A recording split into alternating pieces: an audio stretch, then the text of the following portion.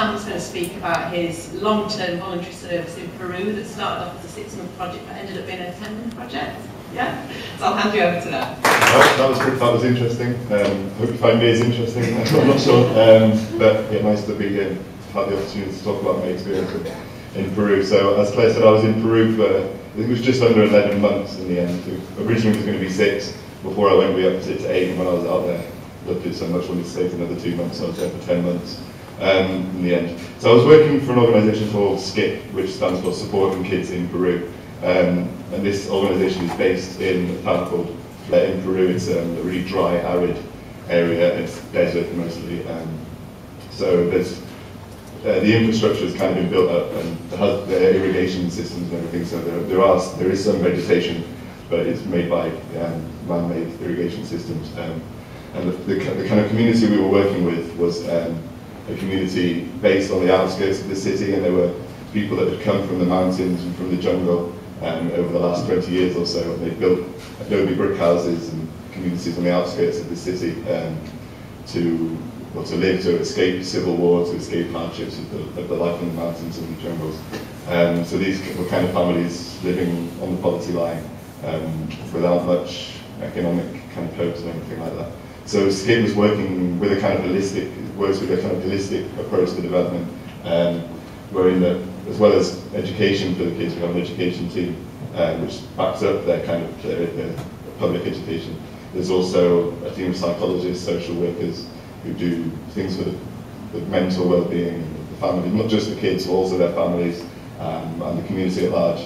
There's also an economic development team which helps with microloans and business workshops, as well as helping to produce and sell the handicrafts that the mothers in the community predominantly are making. So to sell them abroad and to sell them to tourists in the region and stuff like that. So there's a lot of work that it's doing, and it was great to be involved, and thanks to Everything's Possible and other projects that we were involved in, the photography projects and numerous things like that. So it was, it was a great project doing all this kind of work. So my specific role I went out to do originally was to teach English. I think I didn't have any Spanish language skills when I went out, so this is the best work for that. So I learned really quickly. It was kind of a fast-paced, hard-working environment, and I went out there. I mean, within about 2 weeks or something, I was leading classes, never taught before, standing up in front of 30 crazy little Peruvian kids who would climb all over you and kind of jump all over you. It was, kind of really fast learning curve, and it was amazing in that respect. And within, I think, about 2 or 3 months later, having kind of leading the English team, and getting volunteers and sort of organised training sessions and meetings and things like that. So kind of on that professional level, I think just got a load of amazing work experience really quickly. I also was involved in communications work, to write things for the website, to write things for reports and things like that. So yeah, in all respects like that, the professional experience was incredible. But I was thinking about expectations and stuff before you go. It's quite difficult in retrospect to think, what was I thinking I was hoping to achieve before I went. But now I find it quite difficult to remember back as to before I went. But I was thinking 3 main things that I was kind of going for. I think one was the professional experience, which I was just talking about, having studied politics, international relations, to get some experience working in a project in a developing country internationally. This kind of backs up those skills and things that I've learned in an academic level.